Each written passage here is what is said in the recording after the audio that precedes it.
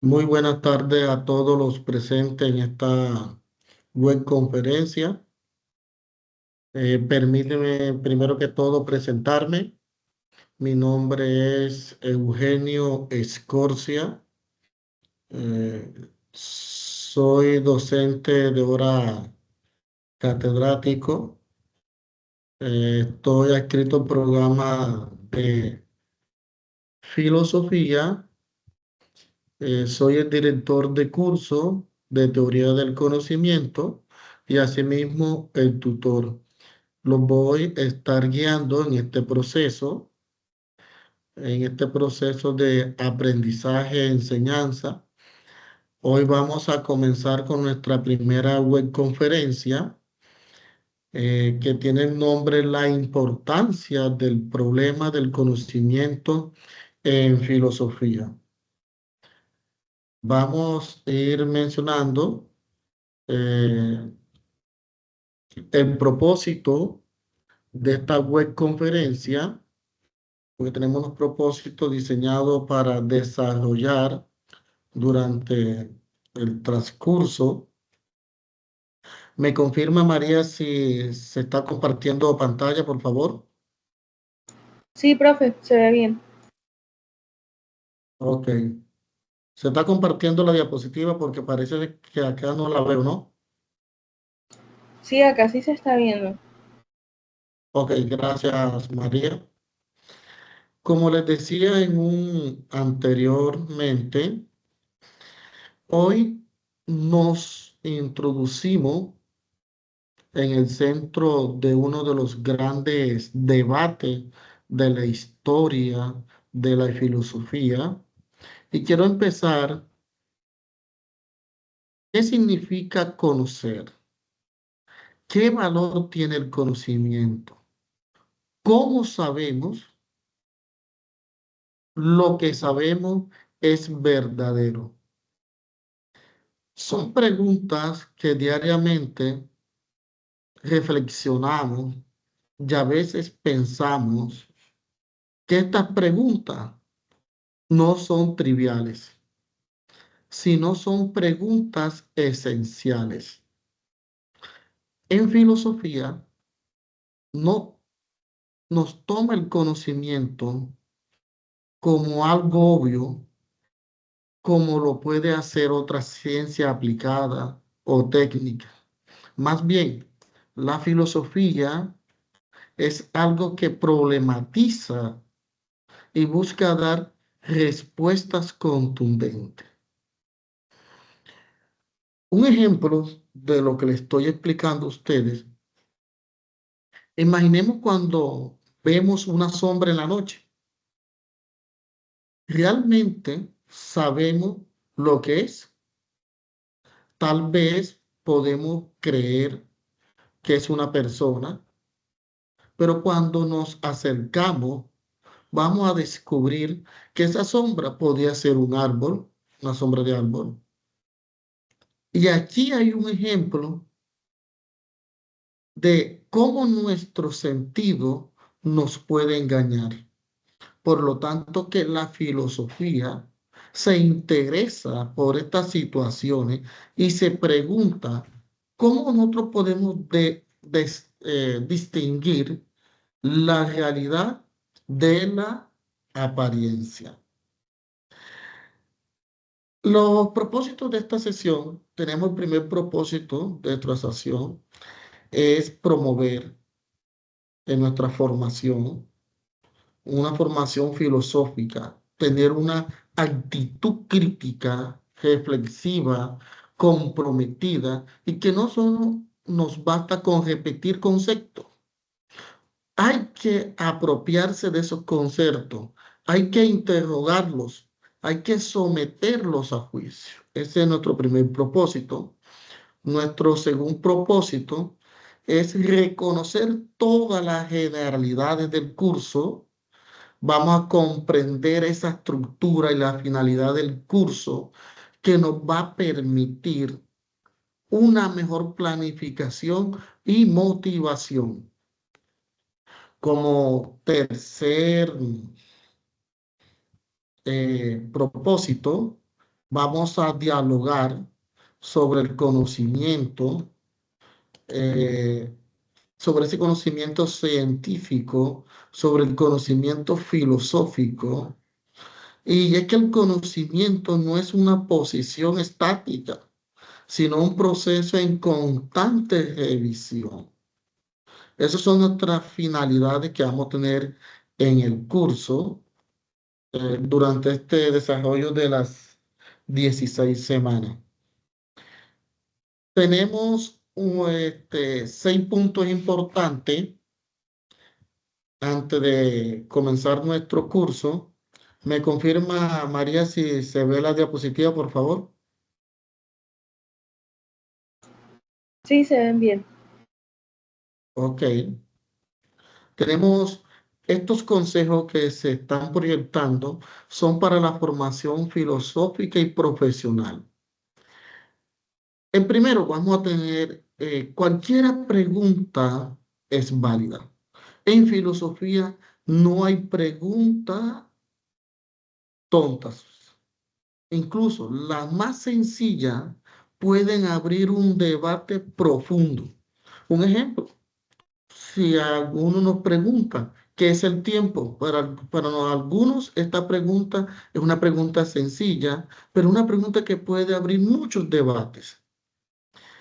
El segundo consejo que les doy en este curso de filosofía, de teoría del conocimiento, es que vamos a tener una comunicación constante entre tutor y compañeros. Disponemos de un canal de Team donde le estoy enviando bastante información a ustedes. Vamos a construir un saber socialmente. Vamos a tener un diálogo como parte esencial de nuestro aprendizaje. Otro consejo que vamos a desarrollar durante este curso y nos va a servir para nuestra formación profesional. Vamos a tener muchas lecturas comprensivas y críticas. No solo se trata de leer mucho, no, sino de comprender lo que se ve, de dialogar con el texto y hablar con coherencia y con base filosófica de un nivel riguroso. Sé que este curso es de primera matrícula, es de bastante exigencia. Y cuando le digo de exigencia, nos vamos a encontrar con las normas APA. Eh, Vamos a aprender o vamos a comprender el valor del rigor, de la honestidad, de la intelectualidad y del reconocimiento del otro. Hay que utilizar las normas APA, hay que saber citar. Y por último, vamos a mejorar ese diálogo académico porque este nos permite mejorar nuestros argumentos, aprender de los demás y cualificar nuestro perfil profesional. Esos son los consejos que tenemos para el curso de teoría del conocimiento. Aquí les comparto la agenda del curso. Como ustedes pueden ver, son 3 etapas que vamos a desarrollar. La etapa inicial, que vamos a trabajar la unidad 1. En esta unidad 1 estamos trabajando la tarea 1, texto argumentativo. Es una actividad independiente que tiene un valor de 25 puntos. Esta actividad se le dio apertura el 1 de abril y se culmina o finaliza el 14 de abril de 2025. Hasta el día de hoy nos quedan 3 días para la culminación de esta actividad. Viene la fase intermedia. La fase intermedia son 3 tareas que está comprendida la tarea 2, la tarea 3 y la tarea 4. La tarea 2 es un cuadro comparativo. Ese cuadro comparativo vamos a identificar y vamos a apropiarnos de todas las corrientes de la teoría del conocimiento. Y cuando se da inicio finalizada la actividad de la tarea 1, que es el 14. El 15 se le da apertura del mes presente a la tarea número 2 y finaliza el 12 de mayo. La tarea número 3, que trata de un informe de lectura, ustedes van a desarrollar un informe de lectura que evidencie la apropiación y la explicación de las tesis y argumentos desarrollados de un texto que van a elegir. Tiene un valor de 150 puntos y esta se le da apertura el 13 de mayo y finaliza el 9 de junio. La tarea 4, que es citación descontextualizada de un texto académico. Ustedes van a realizar una citación contextualizada de un texto académico, teniendo en cuenta el empleo de las normas APA séptima edición. Es una actividad independiente y tiene un valor de 90 puntos. Y esta se le da apertura el 10 de junio y finaliza el 7 de julio. Ese serían los primeros 375 puntos. Sería la nota número 1. Y la parte final que corresponde al 25%, que es la actividad de la unidad 3, van a hacer un video explicativo de un texto académico que aborda toda la temática evidenciada entre la filosofía y el conocimiento. Este tiene un valor de 125 puntos. Se le da apertura el 8 de julio y finaliza el 22 de julio. Esta es nuestra agenda. Cabe de mencionar y recordar, valga la redundancia, que estamos trabajando la tarea 1, texto argumentativo, y que nos quedan aproximadamente 3 días para su finalización. De tal forma, los insto a participar un poco activamente en esta actividad. Nuestros aprendizajes son basados en, resolución de problemas. Es una estrategia educativa que implica que ustedes como estudiantes son los protagonistas en los procesos de aprendizaje. Ustedes no solamente van a ser recibir información, sino que ustedes van a ser personas en crear, investigar, aplicar, reflexionar. Y van a aprender haciendo. Se aprende más cuando uno participa activamente. ¿Y cuando participa activamente uno? Leyendo, debatiendo, escribiendo. Y vamos a aprender a aprender. Vamos a desarrollar esas habilidades metacognitivas, es decir, aprender cómo se aprende. Y para eso vamos a tener, aquí está resumido, la tarea por tarea y las fechas que vamos a ir desarrollándola, que se las socialicé hace unos minutos.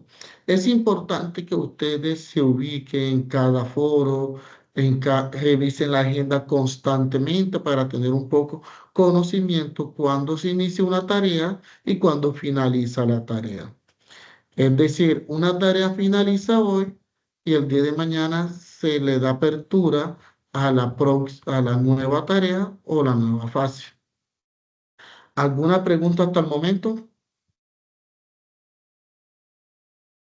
No, todo bien, profe. Ok. ¿Cómo va a ser el acompañamiento docente? O sea, en mi caso de rol como docente y director de curso.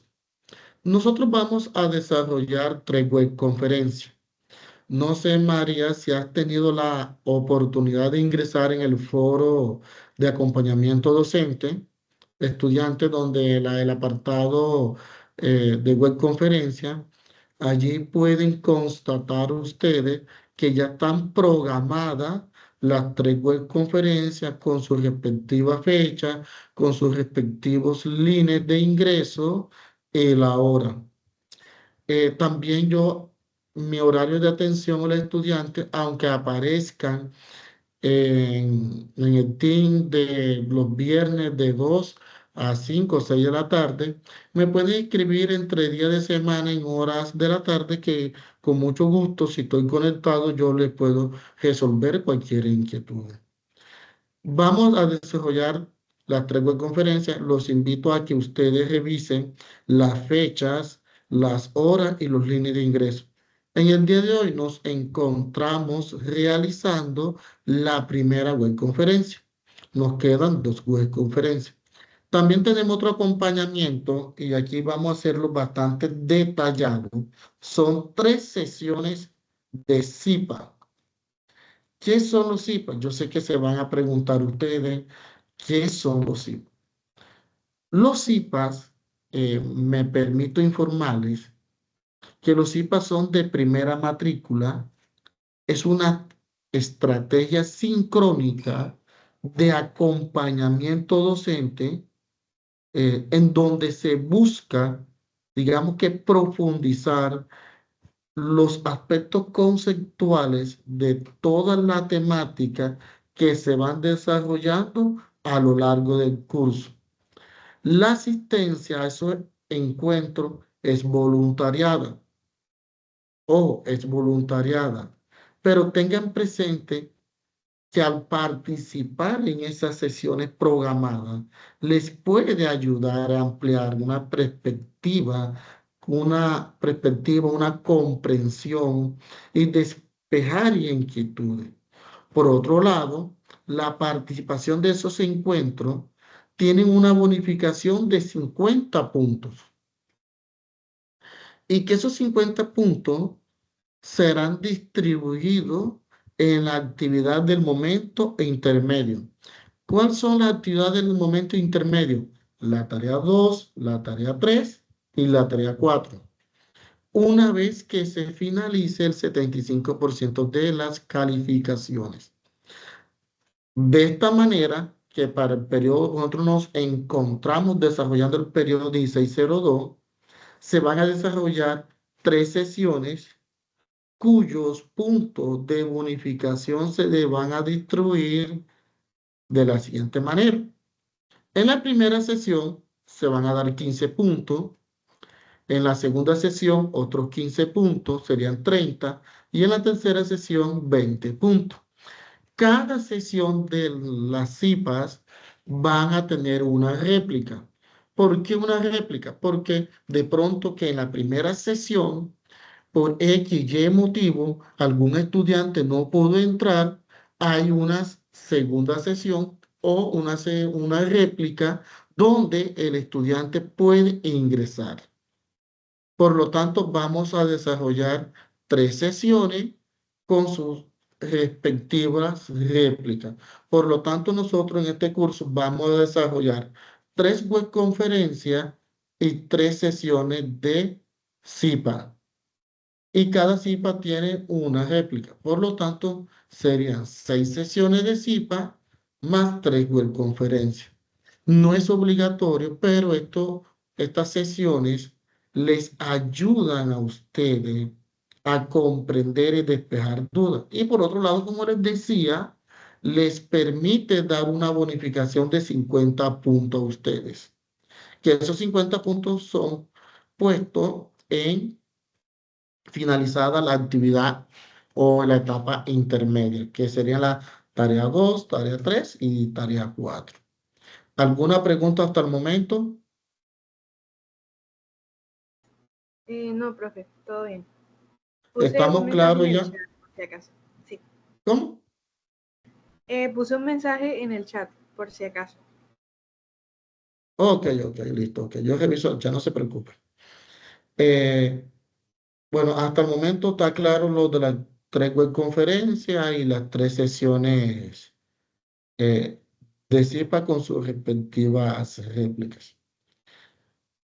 Aquí el acompañamiento docente.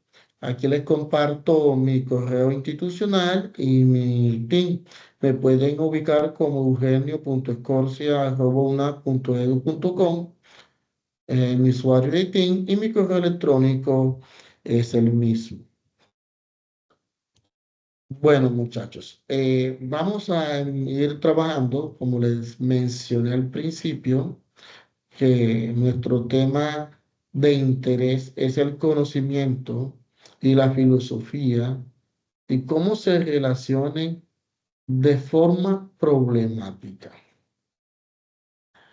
Y vamos a ir despejando dudas, porque sé que al pensar esta web conferencia, vamos a ir despejar dudas, vamos a ir despejando, vamos buscando claridad, vamos a ir, digamos que, afianzándonos al conocimiento y apuntando un poco a la temática que se va a desarrollar dentro del curso. El conocimiento y la filosofía, ¿cómo se relacionan con las problemáticas? Hay que partir que el ser humano es un ser inquieto, no nace sabiendo, pero tampoco puede evitar querer saber. Desde el primer momento que el ser humano abre los ojos, antes de aprender palabra, ya éste explora y busca. Y esa búsqueda es una sed de los sentidos que habita en el fondo del alma del ser humano y que no se satisface con respuestas fáciles. Preguntar no es un accidente, es una necesidad ontológica. El querer saber es tan vital como respirar. Aristóteles, filósofo clásico, lo dijo con mucha precisión en su obra Metafísica. Todos los hombres desean saber por naturaleza. No es un privilegio de los sabios, de los doctores o de los académicos. Es una condición inherente a toda persona. Desde el niño que pregunta ¿por qué el cielo es azul? Hasta el anciano que mira su vida y se pregunta si tuvo sentido. Digamos que esto es una pulsación que le da origen a dos grandes caminos que aparecen en esta diapositiva, la filosofía y el conocimiento. Y si nos preguntamos por filosofía, que es una actitud radical de volver la mirada hacia lo más profundo, no busca respuestas inmediatas ni soluciones prácticas. Se trata de un saber que se interroga a sí mismo, que se convierte en problema para sí, como qué es la verdad, qué es el ser humano, qué significa vivir. Y el filósofo no se conforma. La filosofía es en sí misma una forma de vivir constantemente cuestionándose. Esas preguntas que le acabo de mencionar a ustedes, ¿qué es la verdad? ¿Qué es el ser? ¿Qué significa vivir? Siempre le hemos preguntado en su determinado momento y encontramos una respuesta. No, porque esa respuesta no nos satisface. Por otro lado, tenemos lo que es el conocimiento, aunque aparece como el resultado, es también una fuente de problemas. ¿Por qué una fuente de problemas? Porque conocer algo implica haberlo puesto en duda, haberlo contrastado, haberlo examinado. Por eso es que el conocimiento auténtico también está lleno de preguntas filosóficas. Una de esas, ¿cómo sé, cómo sé qué es lo verdadero? ¿Cómo distingo la apariencia y la realidad? Y por último, ¿es posible el conocimiento total o siempre será parcial? Ambas dimensiones, la filosofía y el conocimiento, nacen de la misma raíz, el deseo de comprender de lo que somos y lo que nos rodea. Por lo tanto, la filosofía se conecta con las explicaciones. La filosofía es insatisfecha por naturaleza. Siempre trata de volver a preguntar, a interrogar lo ya sabido. Un ejemplo de nuestra vida cotidiana. Vamos a imaginar por un momento una mujer en la zona rural, en el campo. Pongamos, digamos, a Marta, un ejemplo, Marta. Es una tejedora que ha vivido toda su vida en las montañas. Ella no ha leído a Platón, pero cada noche, mientras teja, se pregunta, ¿por qué la vida es tan desigual? Mira el cielo, se interroga sobre el sentido del sufrimiento, sobre si hay algo después de la muerte, o por qué los animales parecen entender las cosas que no los enseñan. Marta no sabe que está haciendo filosofía, pero lo está haciendo. ¿Por qué lo está haciendo? Porque se está preguntando, está buscando respuesta, está pensando, porque el pensar profundo no es un privilegio que tiene un diploma, sino de quien se deja tocar por el misterio de la existencia. ¿Alguna pregunta hasta el momento? No, profe, todo claro. ¿Estamos claros hasta el momento aquí? Es que me disculpa que me emocioné un poco, qué pena contigo. No, está bien, sí.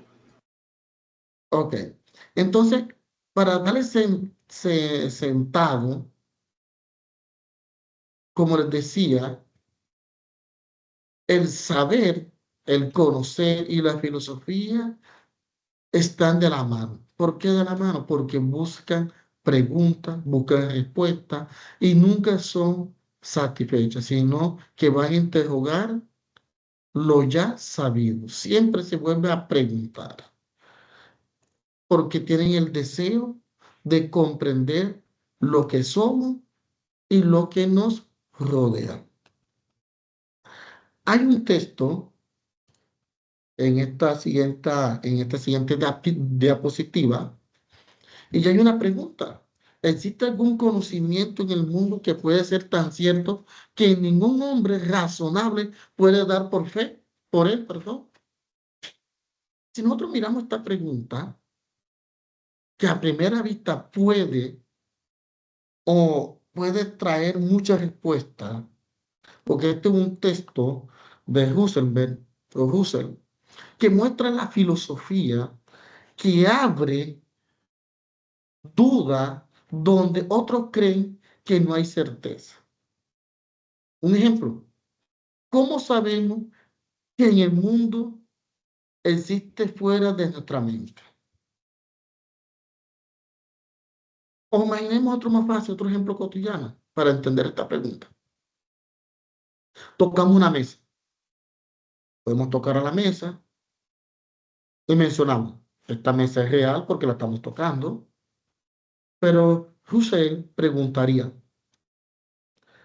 ¿la mesa que sientes en tus manos es la mesa tal cual o es una percepción tuya? ¿Qué tan confiables son tus sentidos? Hay que preguntarnos qué tan confiables son nuestros sentidos. Si nuestros sentidos no nos engañan. Otro ejemplo más concreto. Tomamos un bolígrafo y que este bolígrafo es de color, de la apariencia por fuera, la parte exterior, que sea de color azul, pero lo llenamos con tinta de color negro. A primera vista vamos a decir que es un bolígrafo de tinta azul, pero al escribir con él y podemos evidenciar que es tinta negra, en nuestro sentido nos están engañando allí. Entonces, lo que plantea Roosevelt en este fragmento, perdón, no es simplemente una duda cualquiera, es una pregunta radical, una que golpea, digámoslo así, de todo lo que creemos saber. Hay algo que sepamos con tanta certeza que absolutamente nadie puede dudar de ello. A primera vista, una pregunta fácil, uno podría decir, claro, yo sí lo sé. Yo sé que estoy aquí, que el sol existe, que 2 más 2 es 4. Pero cuando uno se siente en silencio a pensarlo de verdad, se abre un abismo. ¿Cómo sé lo que percibimos es real y no es una ilusión? ¿Qué tan confiables son mis sentidos? Y una, y si creo verdadero o ha sido simplemente aprendido, pero nunca cuestionado. Es ahí donde Husserl, cuando comienza a filosofar, no cuando uno recita definiciones o conceptos, sino cuando se da cuenta de los obstáculos que hay para obtener una respuesta que sea segura. Es ahí donde se empieza el camino del pensamiento profundo, cuando ya no nos basta con él. Todo el mundo cree. Porque este autor, Russell, dice que la filosofía no responde con rapidez, ni con dogma, ni con certeza cómoda. Se responde críticamente, es decir, con duda, con análisis, con libertad, porque el pensamiento filosófico es contrario al pensamiento auténtico, perdón, al pensamiento automático donde la ciencia o la vida cotidiana nos dice así son las cosas, pero la filosofía se atreve a decir, y si no lo son, para entender esto que le acabo de mencionar de Roosevelt, vamos a imaginar a un joven, un joven que se llama Marco, imaginemos, que toda la vida ha sembrado la misma tierra, que es de que Marco, un campesino, que ha sembrado la tierra todo el tiempo, porque así su padre y su abuelo se lo han enseñado. Digamos que un día empieza a tomar que las cosechas ya no son iguales, y en lugar de repetir la tradición sin más, se detiene y mira el suelo, habla con otro, busca libros y entonces se pregunta, ¿y si todo lo que me enseñaron es cierto? ¿Y si hay otro método de cultivar? Ese es un ejemplo y son preguntas filosóficas. Aunque Marco no estudió filosofía en una universidad, pero su manera de cuestionar el conocimiento heredado, de buscar con libertad, de verdad ese pensamiento que es crítico, que es profundamente filosófico, porque filosofar no es saber mucho, sino atreverse a pensar desde cero, partir desde la curiosidad, partir desde el asombro. Por eso es que Husserl nos invita a no conformarnos con lo que parece evidente. Nos propone vivir despierto, pensar sin miedo, dudar sin vergüenza y buscar sin descanso, porque sólo así el conocimiento deja de ser costumbre y se convierte en verdad interior. La filosofía no nace del saber, sino de la incertidumbre. Y paradójicamente, solo los que aceptan la duda como compañera pueden llegar a conocer la verdad. Y esto nos permite a comprender para qué sirve la filosofía. La filosofía no explica el mundo, lo despierta. ¿Para qué sirve la filosofía? No es para dar respuestas exactas, ni para cerrar discusión. Su tarea no es ofrecer seguridad, sino ensanchar la mirada, abrir horizonte de lo posible. La filosofía no adormece con certeza, al contrario, despierta. Y cuando despierta, lo cotidiano se vuelve extraordinario. Husserl decía, el autor del fragmento anterior, Aunque la filosofía no puede darnos todas las respuestas que nosotros deseamos, tiene un poder más profundo. Nos devuelve el interés por el mundo. Hace ver lo extraño y lo maravilloso que se esconde justo debajo de la superficie de lo que creemos conocer. Y tiene toda la razón, porque lo más terrible no es tener respuesta, lo más terrible es vivir sin preguntas. La filosofía no responde, la filosofía provoca. Uno de los grandes errores de nuestra época es creer que saber es tener muchas respuestas, como si la mente fuera un archivador que guarda definiciones. No, saber no es eso. Saber es atreverse a preguntar por lo que todos dan por sentado. Saber es mirar el vaso de agua y preguntarse, ¿qué es realmente eso que llamamos agua?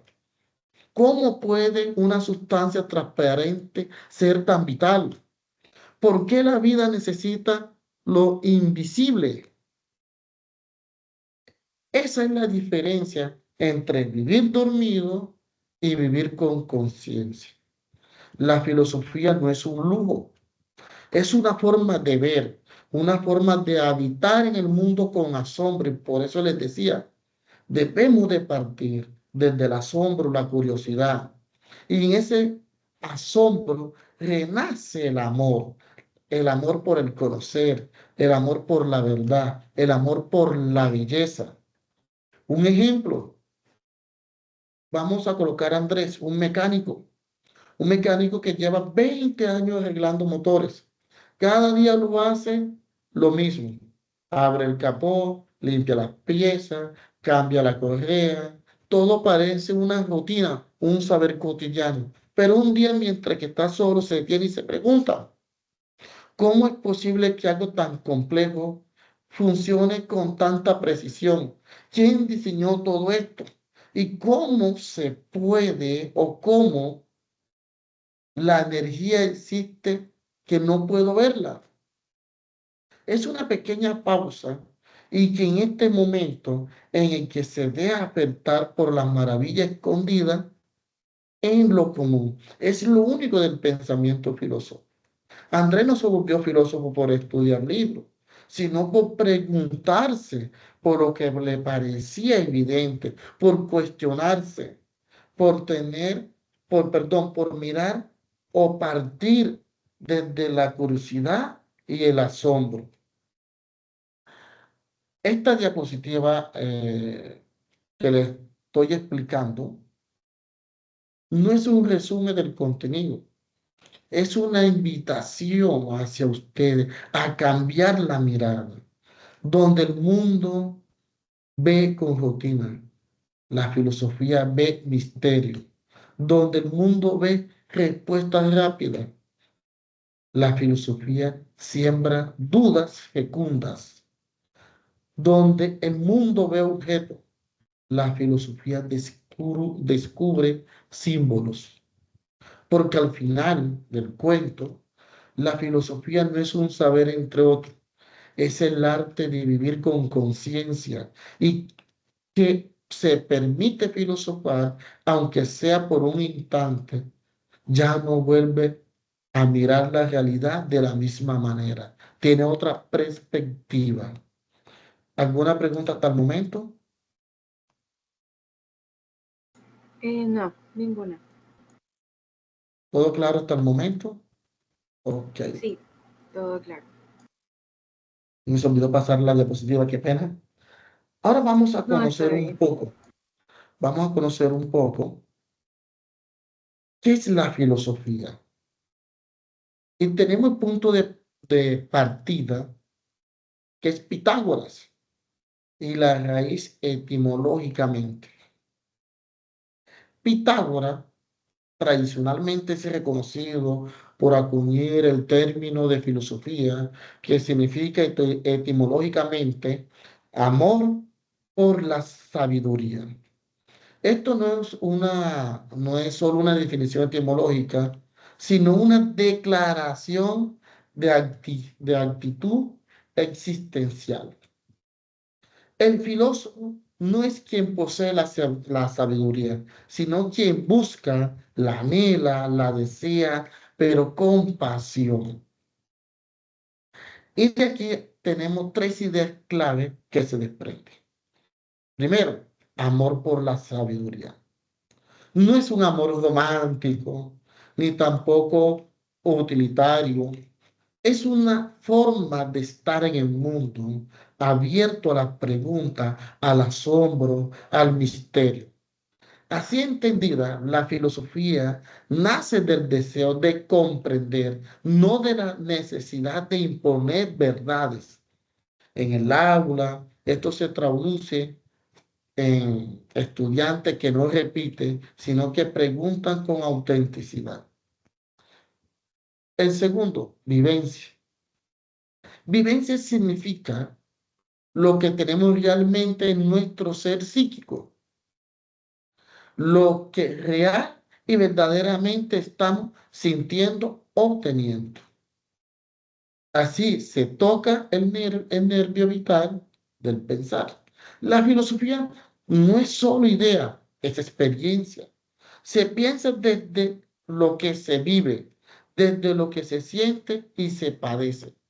Un ejemplo cotidiano, un joven puede reflexionar sobre el sentido de la muerte después de perder un ser querido. Está haciendo filosofía, aunque no cita a Heidegger.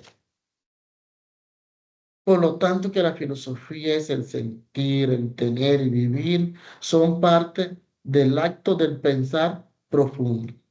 Pero como tercer punto clave tenemos la creación de conceptos. Y aquí podemos citar a Deleuze. La filosofía con mayor rigor es la disciplina que consiste en crear conceptos. Esa definición o esta definición rompe con la idea de que el filósofo solo interpreta lo que ya está dicho. Para Deleuze, un filósofo es un creador, no un traductor de ideas viejas. Y por eso que yo les invito a ustedes ahora a esta carrera tan hermosa, que sean creadores, más no unos traductores, que sean ustedes, que no consiste en crear conceptos, porque los conceptos no se repiten, se inventan como herramientas nuevas para entender lo que el lenguaje común ya no puedes explicar. Eh, por lo tanto, yo los invito a ver la filosofía no como una herramienta abstracta, sino como una manera apasionada, vivida y creativa de estar en el mundo. Amor por el saber, sin prisa, sin dogma, vivencia, que es el pensar desde el sentir, creación, inventar el sentido, pero no repetirlo. Y les pregunto, ¿y ustedes qué conceptos necesitan para crear hoy y entender su vida? Perdón.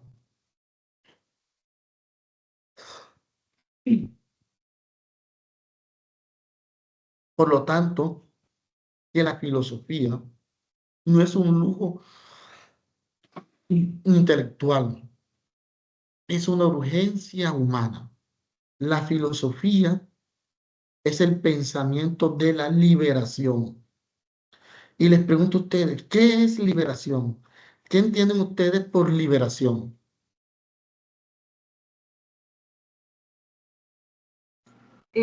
Bueno, yo considero que la liberación em, puede definirse como el desprendimiento o el apartarse de las creencias populares. Bueno, hablando en el contexto de la filosofía, podemos Sí, considerar que nos estamos liberando mental, cognitivamente, cuando somos capaces de tener una reflexión y un entendimiento propio que no esté completamente construido en opiniones ajenas. Bueno, sí, creo que eso. Gracias, excelente. Pero cuando nosotros hablamos de esa liberación, Mayra, ¿liberación de qué? Y comparto contigo lo que acabas de mencionar, de la ignorancia, del fanatismo, del miedo, de la obediencia ciega, pero sobre todo, liberación de la pereza del pensar, porque lo que no piensa, lo que no se piensa, se repite lo que otro piensa por él. En un país como Colombia, que ha atravesado por décadas de violencia, desigualdad, clientelismo y manipulación mediática, pensar críticamente es un acto de resistencia política. ¿Qué ocurre cuando se abandona la filosofía? Cuando las ideas son descuidadas por lo que debieran procurarse por ellas, adquieren un poder irresistible sobre múltiples seres humanos. Ahora, al hablarle no solo de ideas abstractas, habla de nuestra realidad concreta. Miremos un ejemplo. Durante elecciones políticas o paros nacionales, millones de ciudadanos recibimos por cadenas de WhatsApp informes. Esos informes son manipulados, videos sacados de contexto. Nosotros, seres humanos, empezamos a compartir sin leer, sin constatar, sin verificar si es fiable la fuente, sin pensar. ¿Y qué pasa? Se ascienden pasiones, odio, linchamientos digitales, amenazas. Las emociones reemplaza a la razón. La posverdad aplasta la crítica. Y allí exactamente es donde hace falta la filosofía. No para memorizar a Kant, no, sino para pensar con criterio, distinguir entre un argumento válido y una falacia emocional, entre una idea que libera y una que esclaviza. Pero yo les pregunto, ¿qué tipo de ciudadanos queremos formar? Sin filosofía formamos personas funcionales, pero no reflexivas, opinadores de red, pero no ciudadanos críticos, seguidores de moda, pero no creadores de pensamiento. Con filosofía, en cambio, formamos jóvenes que se hacen preguntas difíciles, ciudadanos que no se tragan entero el discurso del poder, sujetos que no solo repiten, sino que preguntan, se cuestionan, buscan la verdad. ¿Y ustedes están dispuestos a pensar aunque les duela? ¿O prefieren vivir cómodo creyendo lo que te conviene sin constatarlo con la realidad? Porque si ustedes piensan críticamente, alguien pensará por ti, o cuando eso pase, ni siquiera sabrás que estás haciendo manipulado. Preguntémonos y reflexionemos un poco sobre la filosofía. Es un pensamiento de liberación. No es, digamos, esclavitud, sino nos invita a liberarnos, a cuestionarnos. Y por eso es que existe la teoría del conocimiento, lo inherente al hombre y el problema del conocimiento, pero de una reflexión rigurosa y filosófica. Y es que aquí empieza a jugar el problema del conocimiento. El conocimiento al hombre implica afirmar que la relación cognitiva con el mundo digamos que es constitutiva de nuestra existencia. A diferencia de los animales, el ser humano no solo vive en el mundo, sino que pregunta por él. Lo representa, lo simboliza, lo transforma. Desde los antiguos griegos, esta inquietud ha sido una constante, que es conocer cómo accedemos a la verdad. Y tenemos a dos autores aquí. a Platón y a Aristóteles, a los dos clásicos. Para Platón, el conocimiento verdadero, que es la epísteme, no es saber sobre el mundo sensible, sino sobre las ideas eternas, las ideas inmutables. Conocer es recordar anemiesis, es despertar el alma hacia verdades eternas. Mientras para Aristóteles, en cambio, el conocimiento se adquiere a partir de la experiencia, pero requiere ser organizado lógicamente. El sujeto conoce al captar la esencia universal en lo particular. Ahora hacemos el contraste entre Platón y Aristóteles.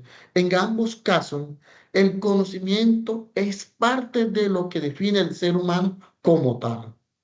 Ahora, el conocimiento como un saber subjetivo y un saber histórico acumulado. Ahora, si tenemos el saber como sujeto, perdón, el saber subjetivo, perdón, el saber subjetivo, que es experiencial, vital, situado, este saber es el que cada sujeto adquiere a lo largo de su vida. Nace del entorno, de la vivencia, de la cultura, de las interacciones sociales. Aquí hablando de un saber encarnado, hermenéutico, profundamente contextualizado. Vamos a tomar un ejemplo de Colombia.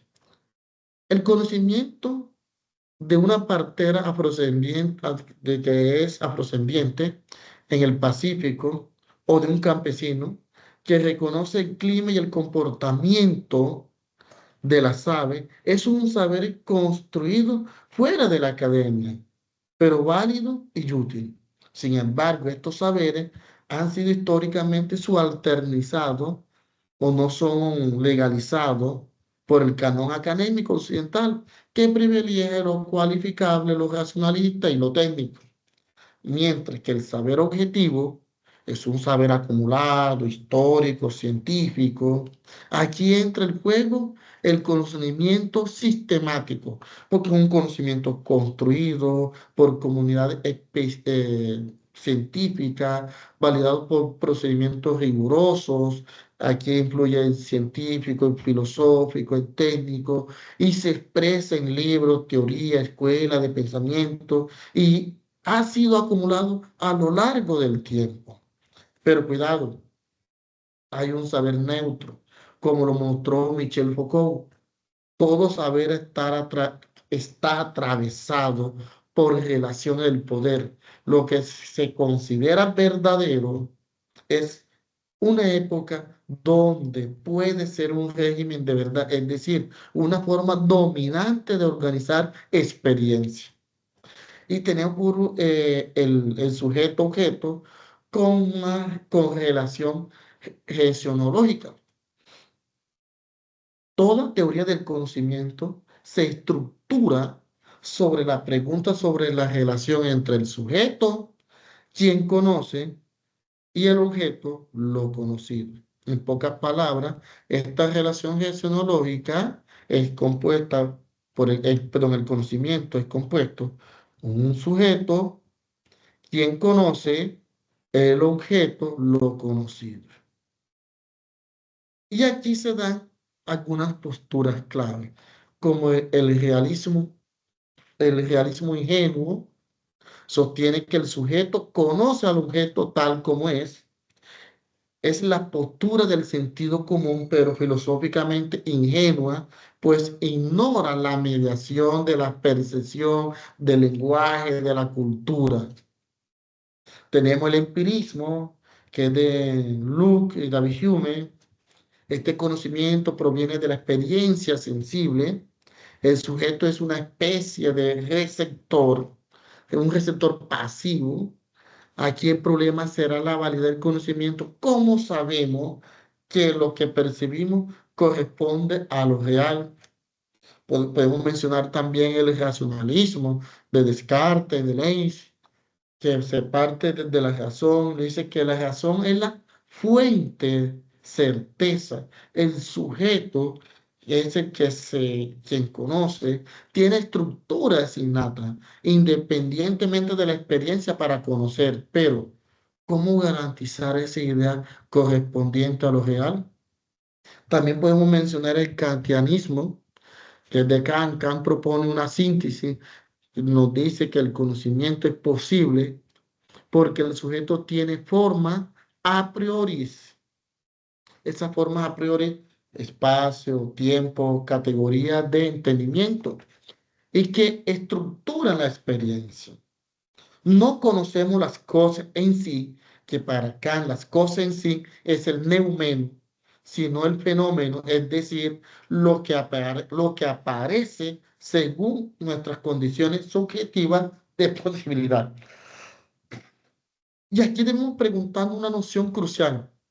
El sujeto no recibe conocimiento, lo produce activamente, pero también está limitado por su forma de conocer. Ahora, si miramos la epistemología del conocimiento contemporáneo, eh,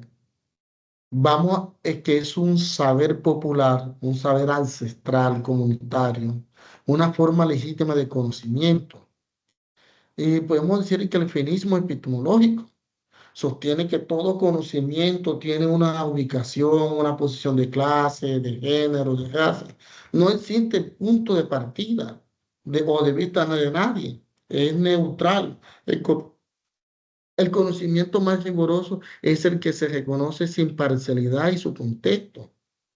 Pero debemos preguntarnos algo aquí. ¿Cómo se ve el conocimiento de una mujer afro en el Chocó en contraste con un académico de Bogotá?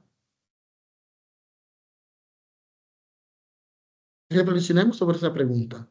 ¿Cómo se ve el conocimiento desde una mujer afro en el Chocó en contraste con un académico en Bogotá?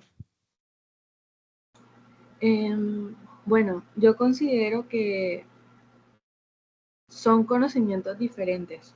O sea, Claro, el académico exacto. en Bogotá puede tener experiencia y conocimiento en ciertas áreas, mientras que la mujer en otras muy diferentes.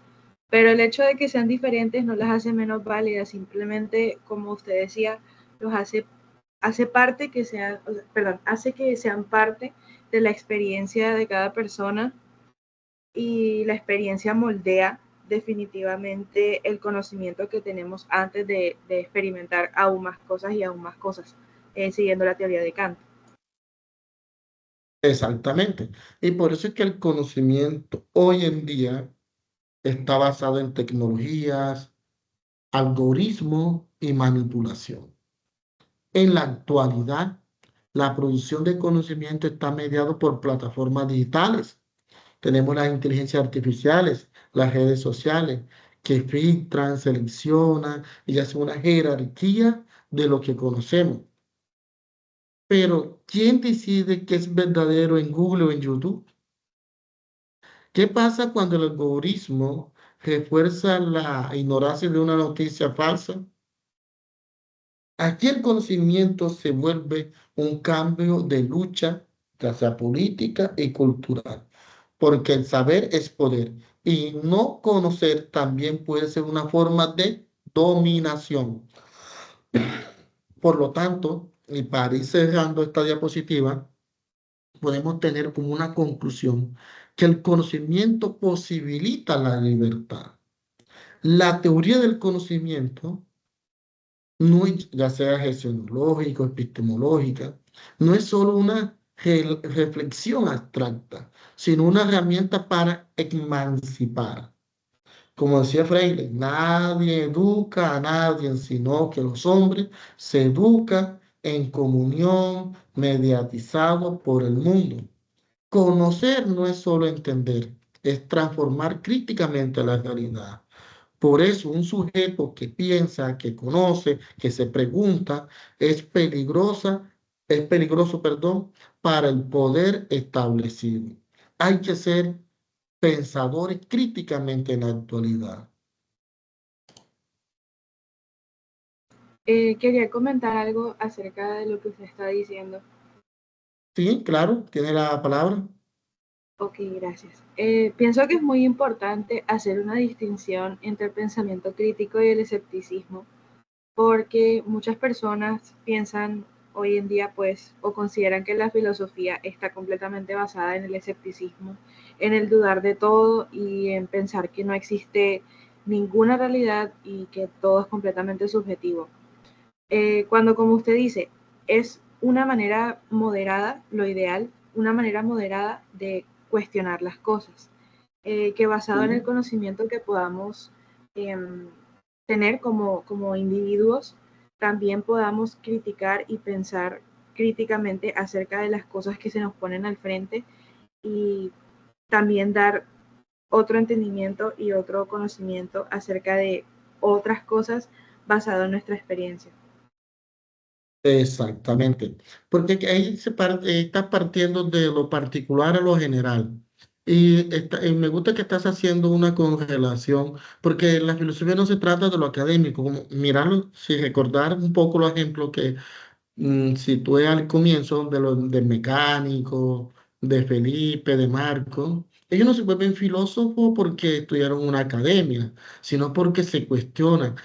No se necesita ser filósofo el estudiado o el que hizo la carrera de filosofía, sino hay que pensar críticamente, hay que cuestionarnos, hay que liberarnos. Como dice la gestionología, podemos estudiar la posibilidad del conocimiento, pero hay que tratar de conocer, no quedarse con la mera, digamos, conceptos, sino como dice Luz, de construir esos conceptos para formar un nuevo concepto. En- Hay que ser, no hay que, perdón, no hay un saber neutro, como lo decía Foucault, sobre todo con lo que habla él sobre lo verdadero, no. El conocimiento está construido por algún procedimiento riguroso, científico, filosófico y técnico. eh, Cada quien adquiere a lo largo de su vida al conocer, nace del entorno, de las vivencias, de la cultura, de las interacciones sociales, pero eso hay que cuestionarlo, eso hay que pensar críticamente, no quedarnos solamente con el discurso que nos dicen. Como decía Kant, no es memorizar, sino pensar con criterio, distinguir entre un argumento válido y una falacia emocional, entre una idea que libera y una que esclaviza. Por eso es que yo invito a ser vocero del conocimiento, ser crítico, no quedarse solamente con lo que nos diga o repetir con lo que las cadenas de WhatsApp o noticias falsas, perdón, nos digan o cualquier medio cruce. Miramos un poco, por decirlo así, el mito de la caverna que nos coloca Platón a nosotros. Hay que buscar esa luz. Hay que buscar que el conocimiento posibilite la libertad. ¿Y cuál es esa libertad? Desde una óptica del conocimiento, desde la intelectualidad, de la experiencia vivida. Hay que partir ese conocimiento. Por eso es que el origen del conocimiento permite o plantea la fuente del saber humano, que han sido múltiples, como el empirismo, el racionalismo, el intelectualismo, el constructivismo. Eso nos permite a nosotros conocer. ¿Sí me hice entender? Sí, Bueno, pero siguiendo en ese orden de ideas, tenemos también lo que es el conocimiento gestionológico, porque ese conocimiento siempre existe una dualidad del sujeto y el objeto. Pero vamos a aclarar algo. Para que se dé el conocimiento, se necesita tres elementos, mínimo tres elementos: sujeto, objeto, imágenes o representaciones de la imagen. Ahora, llevado a ese campo filosófico, la teoría del conocimiento o gestionología que se ocupa de estudiar la posibilidad del conocimiento, la esencia del conocimiento, perdón, no he pasado la diapositiva, que son las teorías del conocimiento, eh, desde, desde los antiguos pensadores, los presocráticos, hasta las epistemologías críticas actuales, estos problemas se han abordado desde distintas perspectivas, pero siguen siendo vigentes en nuestra relación con el mundo y con los otros y con nosotros mismos. La fenomenología del conocimiento, el conocimiento como fenómeno del ser humano. Desde esta óptica, el conocimiento no se reduce a una operación intelectual fría, sino que es una experiencia vivida por el sujeto en el mundo. Este enfoque se relaciona con la filosofía de Husserl y la fenomenología de lo general. Conocer no es simplemente captar objetos, sino vivir en un mundo significativo. El conocimiento aparece como intencionalidad. Toda conciencia es conciencia de algo. El sujeto está simplemente orientado hacia el mundo. El conocimiento es también activo, no solo racional. Un ejemplo, un niño aprende a montar bicicleta. No solo sabe cómo se hace, sino se incorpora ese saber en su cuerpo. Es una experiencia fenológica, pero también existe lo que es la posibilidad del conocimiento, que la posibilidad del conocimiento, y debemos de preguntarnos nosotros, ¿es posible el conocimiento? ¿Es posible conocer las cosas? Porque este es un problema central de la historia de la filosofía y que plantea si realmente podemos tener acceso válido, verdadero y justificado a la realidad. Algo que me llamó la atención, María, es que me mencionaba el escepticismo. ¿Qué nos dice Pirón y David Hume? Niega o pone en duda la posibilidad del conocimiento seguro y nos dice que todo juicio puede ser retufado. Les pregunto, vamos a colocar este ejemplo. Esto es un celular. ¿Conocemos el celular? ¿Conocemos el celular? Lógicamente ustedes me van a decir que sí lo conocen, pero como todo juicio puede ser retufado, y estos autores, que es el escepticismo, eh, como Pijón y David Hume, que dice que niegan o ponen en duda la posibilidad de conocimiento, va a existir una pregunta. Si yo conozco el celular, ¿conozco las características que conforman el celular? Hay que preguntarnos por eso, si conocemos las características que componen. Y las características de ese celular, es cuando miramos un bolígrafo. ¿Conocemos bolígrafo? Sí. ¿De qué está hecho el bolígrafo? Las características, los materiales que está hecho el bolígrafo, las características de ese bolígrafo. Ahí empezamos a cuestionar. Y entonces todo juicio puede ser retufado.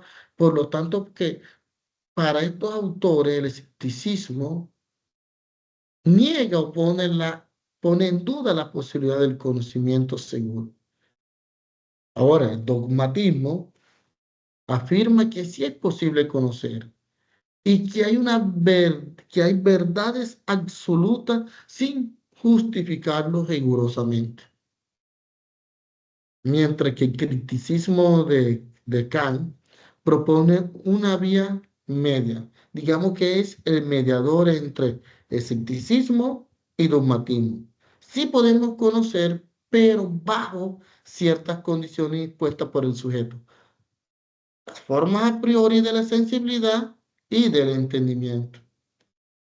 En términos generales, nosotros podemos conocer objetivamente la realidad o están condicionados por su contexto, emociones o cultura. Ahora, el origen del conocimiento ¿qué permite que conocemos?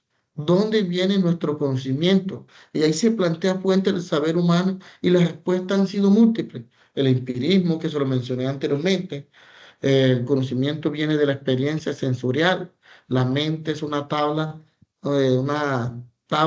rosa al nacer. Y John Luke nos dice, y David Hume nos dice otro, que el ser humano, su mente es una hoja en blanco y que a medida que vamos aprendiendo se va acumulando información y esa información se convierte en experiencia y la experiencia en conocimiento. En cambio que el racionalismo de Descartes, de Leibniz, dice que existen ideas innatas y la razón tiene prioridad sobre los sentidos. Pero también Kant nos habla de un intelectualismo kantiano. Nos dice que el conocimiento surge de la interacción entre la experiencia y la estructura racionales que son a priori. Y el constructivismo contemporáneo, que es el de Michel Foucault, Piaget, Vygotsky, que dice que el conocimiento se construye social, cultural y lingüísticamente. Ahora yo le hago un ejemplo crítico o una pregunta crítica. El conocimiento, vamos a mencionar los pueblos indígenas. El conocimiento de los pueblos indígenas que se origina en la razón abstracta o las interacciones con su territorio y algo de lo espiritual. Y ahí viene lo que es la ciencia del conocimiento, en que se fundamenta el conocimiento dentro de las relaciones entre el sujeto y el objeto. Este problema va a analizar la estructura del acto de conocer. ¿Qué ocurre cuando el sujeto conoce un objeto? Hay una relación intencional. El sujeto se proyecta como, el sujeto se proyecta como una conciencia sobre el objeto. El conocimiento puede ser visto como una representación, como una construcción o como una apropiación activa. Pero también hay enfoque que reduce el conocimiento del reflejo del objeto en el sujeto, que es el realismo, y otro que lo entiende como una interpretación que es mediada hermenéuticamente. Un ejemplo en la educación, cuando un estudiante comprende un concepto, está simplemente copiando una verdad externa o lo está reconstruyendo activamente. Ya ahí viene el problema de la verdad, que hay correlación entre pensamiento y realidad, lo que usted mencionaba anterior, y es un tema más antiguo y sigue siendo preexistente. Se va a referir a la relación entre el juicio del sujeto y la realidad objetiva. Y aquí surgen tres grandes teorías de la verdad, de Aristóteles y Husserl, que es la correspondencia. Una afirmación es verdadera si coincide con los hechos. Pero vamos a tener a Spinoza y a Hegel con una coherencia. Una proposición es verdadera si encaja lógicamente dentro de un sistema de creencias. Y por último vamos a tener lo que es a John Dewey, a James John Dewey, que es la pragmática. Una idea nos va a decir que una idea es verdadera si resulta útil o eficaz en la práctica. Un ejemplo, en nuestro mundo contemporáneo, las noticias falsas nos invitan a preguntar, ¿basta con lo que algo parezca verdad? ¿Quién controla los criterios de la verdad hoy? Tomamos ejemplo y reflexionemos un poco sobre la teoría del conocimiento. No es un asunto abstracto. Define la forma en que vivimos, enseñamos, aprendemos y nos relacionamos con el mundo. Cuestionar cómo conocemos es el primer paso para liberarnos de la ignorancia, la manipulación y el dogmatismo. ¿Alguna pregunta hasta el momento? No, ninguna. Ok. Y vamos a conocer un poco de historia, que es el paso del mito al logo y el origen de la filosofía. Vamos a recordarlo un poco. Vamos a tener una explicación mística de lo que era Homero y, sí, de Homero. Antes del surgimiento de la filosofía, el ser humano buscaba explicar el mundo a través de los relatos místicos. No sé si la diapositiva se pasó. Aquí, perdón, qué Sí, pena. sí pasó. Sí, sí, parece que me había adelantado mucho la diapositiva, disculpa. Relatos místicos. Esos relatos eran narraciones simbólicas que eran cargadas de dioses, de fuerzas sobrenaturales y héroes. Homero, la Ilíada y la Odisea muestra un mundo donde los dioses intervienen directamente en los asuntos humanos. Sodio, en la teogonía, nos va a describir a nosotros el origen del cosmos como una genealogía divina del caos que sumerge a la Gea, Urano, Cromo y a los demás dioses. ¿Sí? Y esto podemos dar un ejemplo que en algunas culturas aún explica cómo un rayo, como una señal de los dioses. En muchas culturas un rayo es una señal de los dioses, lo que ilustra la persistencia del pensamiento místico. En la época griega, el asombro como era el origen de filosofar. Según Aristóteles, la filosofía nace del asombro, es decir, el asombro ante las cosas. No es un asombro místico, sino una inquietud racional, porque hay algo en el lugar de nada. ¿De dónde viene todo lo que existe? Se preguntaba el señor Aristóteles. Este asombro es el motor de la contemplación filosófica. Ya no basta con aceptar relatos heredados, como se empieza a preguntar críticamente por el orden del mundo. Los filósofos naturalistas buscaban el arjé. Los primeros pensadores griegos llamados presocráticos naturalistas dejaron atrás la mitología para buscar explicaciones racionales y unitarias del mundo, lo que era el logo. Se preguntaba, ¿cuál era el principio del arjé de todas las cosas? Algún ejemplo, se lo puedo mencionar como Tales de Mileto, consideraba que el agua como principio de todo. Anaxímenes consideraba que era el aire. Heráclito decía el fuego y el devenir. Anaximandro decía que era lo indefinido, que es el apeiro. Y aquí comienza la filosofía como una contemplación racional de la naturaleza, usando la observación y la razón. Una analogía de esto, así como hoy un científico investiga las causas de un fenómeno natural, perdón, sin recurrir a explicaciones mágicas, los filósofos naturalistas buscaban comprender el cosmos con lógica, pero tenían una actitud teórica, estar frente a las cosas. La actitud teórica implicaba tomar distancia de la cotidianidad para reflexionar críticamente sobre lo que ocurre, en lugar de simplemente vivir en medio de las cosas como con el mito. El filósofo se pone frente a ella y se empieza a preguntar. Es una postura de complementación que busca comprender por qué las cosas son como son. Esta actitud es el origen de muchas cosas y del pensamiento crítico en general. En vez de aceptar las cosas, son así porque siempre han sido así. El pensamiento filosófico nos lleva a preguntar, ¿por qué debe ser así?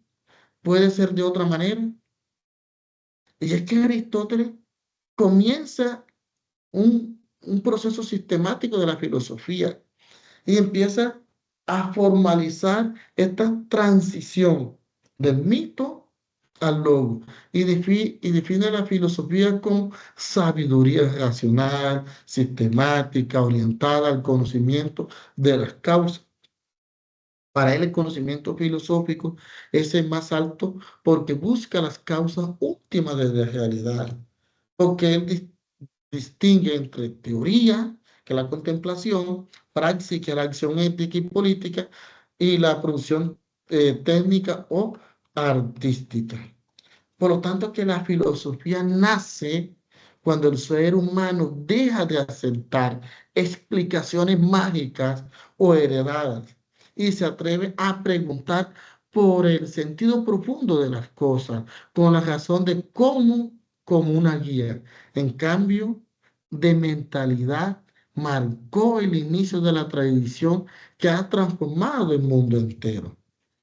Y vamos a conocer un poco a Parménides. Y vamos a tener un pequeño ejemplo de Parménides. Porque es que eh, Pla- aquí podemos ver algo del ser de Platón y de Matrix. Parménides y el ser Platón se inspira en Parménides, que nosotros conocemos eso ya, quien afirma que el ser es uno, es eterno, es inmutable, según una visión, el cambio es ilusión y el otro es verdaderamente real, no cambia.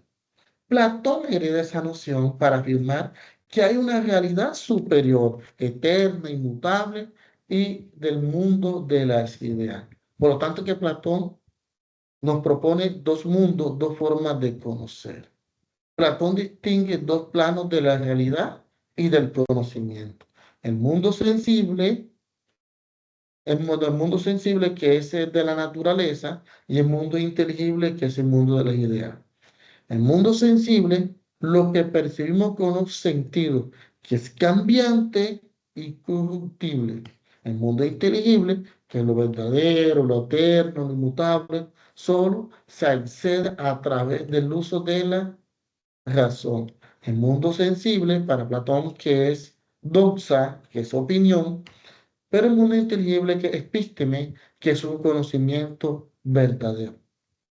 Crear, un ejemplo, creer que lo importante es la ropa que llevamos, es una apariencia sensible, es quedarse con la doxa, con la opinión, pero preguntarse por el valor de la persona, más allá de lo externo, es acceder al mundo de las ideas, es acceder al conocimiento verdadero.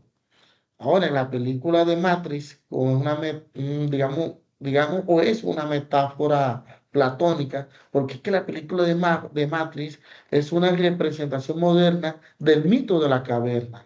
¿Por qué? Porque en el mito de la caverna vamos a encontrar unos prisioneros encadenados, solo ven sombras. En Matrix los humanos están conectados con una simulación. En el mundo de la caverna, uno se libera y ve la realidad verdadera. En Matrix, Neo despierta al mundo real fuera de la Matrix. En el mundo del mito de la caverna, el conocimiento verdadero es doloroso pero liberador. En Matrix, saber la verdad implica sufrimiento pero también libertad.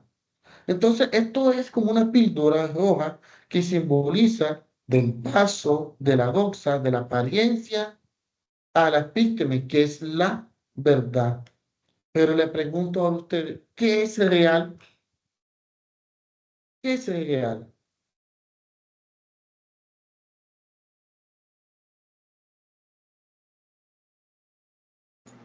¿Puede repetir la pregunta, profe? Porque se entrecortó. Bueno, de acuerdo a lo que estaba explicando sobre la metáfora platónica que había en Matrix, la película de Matrix es una representación moderna del mito de la caverna de Platón. Y hacemos un cuadro comparativo. Mito de la caverna y Matrix. El mito de la caverna son prisioneros encadenados, solo ven sombra. En Matrix, los humanos están conectados a una simulación. En el mito de la caverna, uno se libera y ve la realidad verdadera. Acá en Matrix, Neo despierta al mundo real fuera de Matrix. En el mito de la caverna, el conocimiento verdadero es doloroso, pero liberador. En Matrix, saber la verdad implica sufrimiento, pero también es liberadora. Y les decía que la píldora roja es una píldora roja, que estoy dando a ustedes, simboliza el paso de la doxa, es decir, de apariencia a la epísteme, que es la verdad. Y concluyo preguntando, ¿qué es real? ¿El mundo sensible o el mundo inteligible?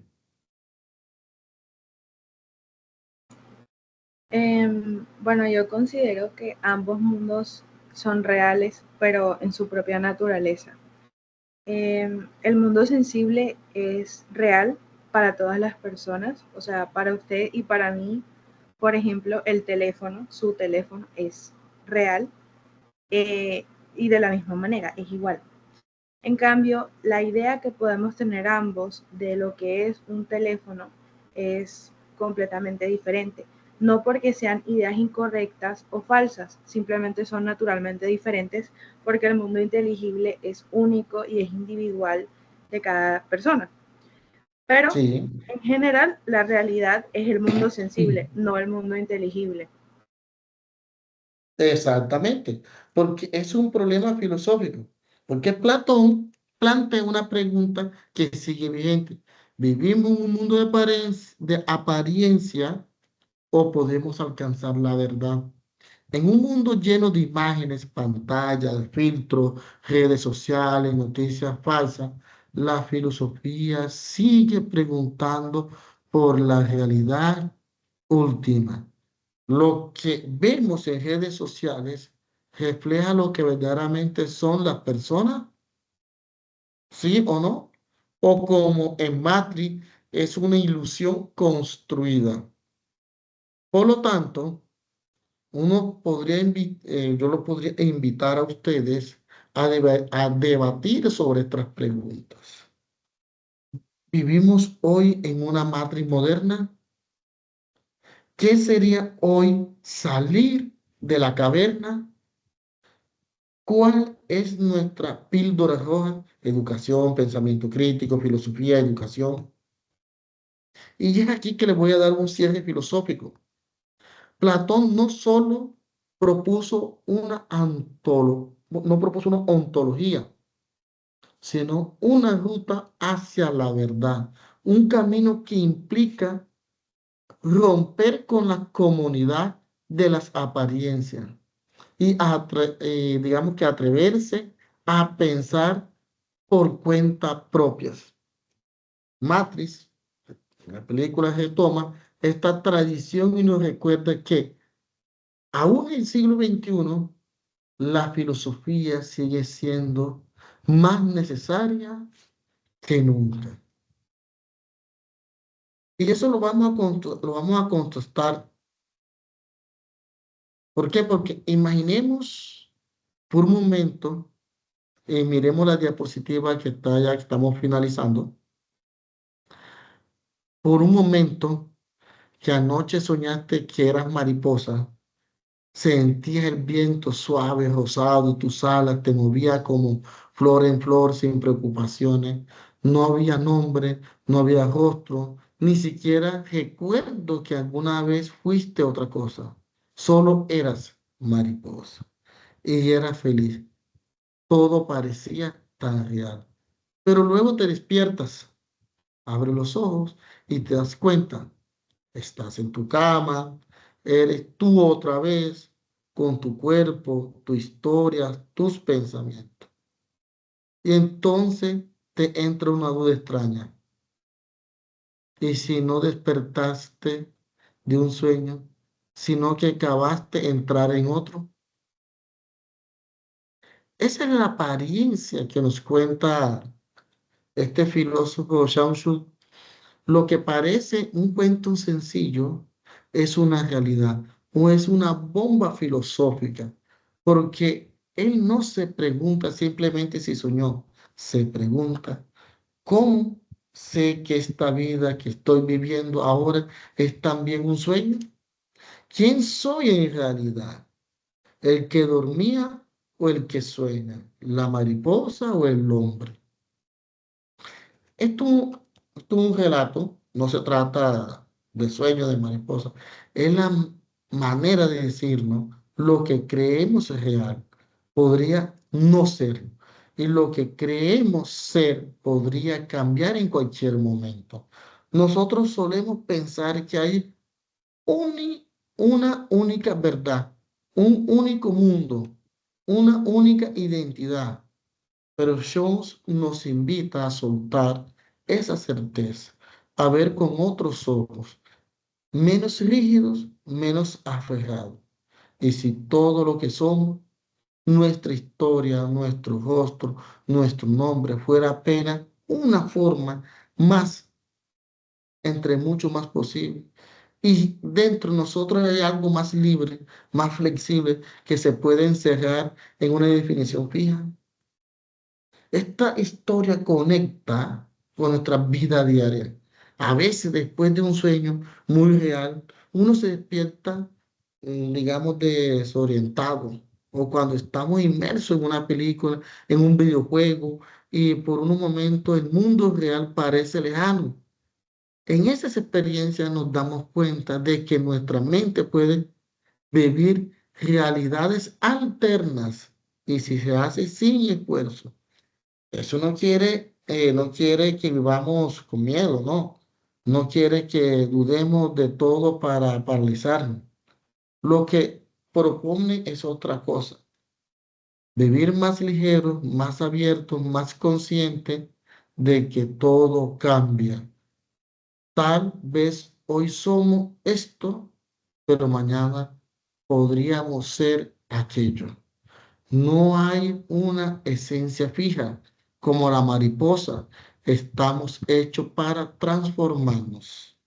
¿Alguna pregunta? Ninguna pregunta. No hay ninguna pregunta. Todo quedó claro con la temática. Sí, profe, sí. Bueno, fue un placer que me hayas acompañado. A los demás estudiantes, chicos, chicas que no pudieron acceder, les va a quedar el link de la grabación que se los voy a compartir dentro de un momento, ahora que la grabación la descarguen. Asimismo, también los insto a que nos quedan ya 3 días para subir nuestra actividad.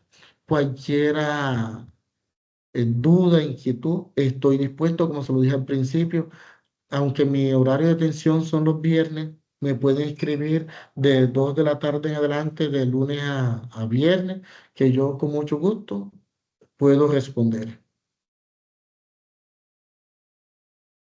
Bueno, damos por terminado la web conferencia. Quedamos pendientes en la primera sesión de CIPA que en los próximos días voy a abrir un espacio en el foro de noticias y ahí estaré explicando más sobre este acompañamiento y estrategia pedagógica. Bendecidas noches y los invito a filosofar. Bendiciones. Igualmente, profe, hasta luego. Hasta luego.